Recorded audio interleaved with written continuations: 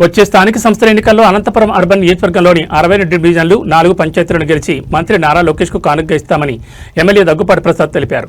Urban TDP కార్యాలయంలో ఆయన ప్రజా దర్బార్ కార్యక్రమం నిర్వహించారు. వివిధ కాలనీల నుంచి ప్రజలు వచ్చి తమ సమస్యలపై ఎమ్మెల్యేకు అర్జీలు ఇచ్చారు. ప్రతి ఒక్కరితో ఆయన ఓపికగా మాట్లాడుతూ సమస్యలు తెలుసుకున్నారు. గత వైసీపీ ప్రభుత్వంలో ప్రజలకు సమస్యలుంటే ఎవరికి చెప్పుకోవాలో కూడా తెలిసేది కాదని ఎమ్మెల్యే విమర్శలు చేశారు. కూటమి ప్రభుత్వం అధికారంలోకి వచ్చినప్పటికీ 42 సార్లు ప్రజా దర్బార్ కార్యక్రమం నిర్వహించి ప్రజా సమస్యలు పరిష్కరించామన్నారు.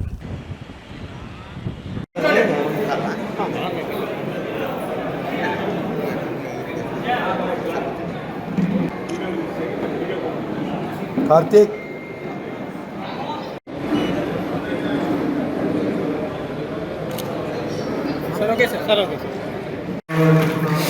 ఎందుకంటే దాన్ని అనంతపురం అభివృద్ధి చేసుకోవడానికి మా ముఖ్యమంత్రి నారా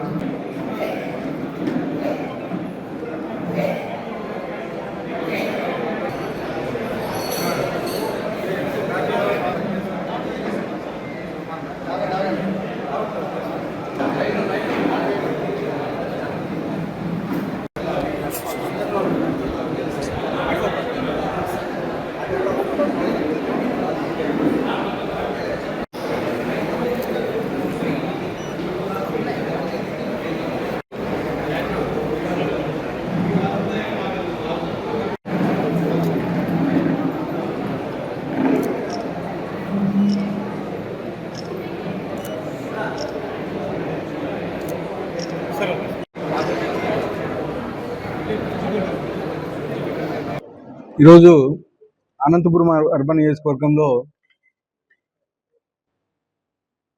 ప్రతి వారంలో ఒకరోజు ప్రజా పరిష్కార వేదిక పెట్టుకోవడం జరుగుతోంది. మా ముఖ్యమంత్రి నారా చంద్రబాబు నాయుడు గారి ఆదేశాల మేరకు, అలాగే మా యువ నాయకుడు ఐటీ శాఖ మంత్రులు, విద్యాశాఖ మంత్రి నారా లోకేష్ ఆలోచనలతో ప్రతి వారం ఎమ్మెల్యే ఆఫీస్లో ఈ పరిష్కార వేదిక పెట్టుకోవడం జరుగుతోంది. గత ప్రభుత్వంలో గత 5 ఏళ్లలో కనీసం జగన్మోహన్ రెడ్డి ప్రభుత్వంలో ఎక్కడే కానీ ఈ పరిష్కార వేదికలు కానీ ప్రజా సమస్యల మీద కానీ ఇక్కడ ఉండే ఎమ్మెల్యేలు కానీ ఎంపీలు కానీ ఎవరే కానీ కనీసం ఆలోచించిన దాఖలాలు లేవు. కానీ మా తెలుగుదేశం ప్రభుత్వం ఏర్పడిన తర్వాత మా ముఖ్యమంత్రి నారా చంద్రబాబు నాయుడు గారి ఆదేశాల మేరకు ప్రతి వారంలో శుక్రవారం మిస్ అయితే నెక్స్ట్ డే ఈ ప్రజా పరిష్కార వేదిక ఇక్కడ మా ఎమ్మెల్యే ఆఫీసుల్లో పెట్టుకోవడం జరుగుతుంది. ఇది దాదాపు 42వ ప్రజా పరిష్కార వేదిక. ఈరోజు దాదాపు 21 అర్జీలు వచ్చాయి. ఇప్పటి వరకు ఈరోజు వరకు 1000 అర్జీలు రావడం జరిగింది. దానిలో 954 అర్జీలు ఇచ్చినవి పరిష్కారం చేశాం. మిగతావన్నీ ప్రాసెస్లో ఉన్నాయి. దానిలో ఈరోజు 21 ఉన్నాయి. అంటే వేగవంతంగా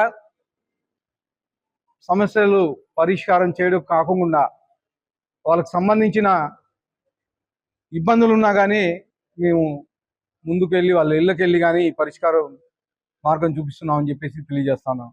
14వ తారీఖు మా యువ నాయకుడు, జాతీయ వర్కింగ్ ప్రెసిడెంట్, ఐటీ శాఖ మంత్రులు, మా భవిష్యత్ రథసారథి సాయంత్రం 7:30 గంటలకి శ్రీనగర్ కాలనీలో ఉన్న గ్రౌండ్లో భారీ కార్యకర్తల మీటింగ్ జరుపుకోవడం జరిగింది. ఆ రోజు స్వాగతం బ్రహ్మాండంగా చేయడం జరిగింది. ముఖ్యంగా ఈ కార్యకర్తల మీటింగు సక్సెస్ చేసినటువంటి మా క్లస్టర్ ఇన్ఛార్జీలకు,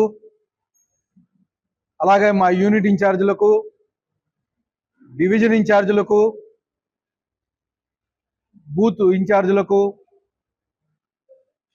మా నాయకులకు, ముఖ్యంగా తెలుగుదేశం కార్యకర్తలకు ప్రతి ఒక్కరికి పేరు పేరున ధన్యవాదాలు తెలుపుకుంటున్నాను. యువగలం అయిపోయి దాదాపు 2 సంవత్సరాలు అయిపోయిన 2.5 సంవత్సరాల కాలం అయిపోయినా కానీ అదే జోషు, అదే స్ఫూర్తి, అదే ఉత్సాహం మా కార్యకర్తలు కనిపించింది. అలాగే మా నాయకుడు కానీ, మా జాతీయ వర్కింగ్ ప్రెసిడెంట్ అయినటువంటి ఐటీ శాఖ మంత్రులు, విద్యాశాఖ మంత్రి నారా లోకేష్ గారు కానీ,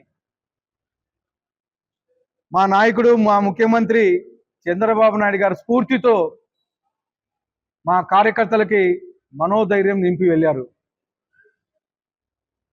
ముఖ్యంగా గతంలో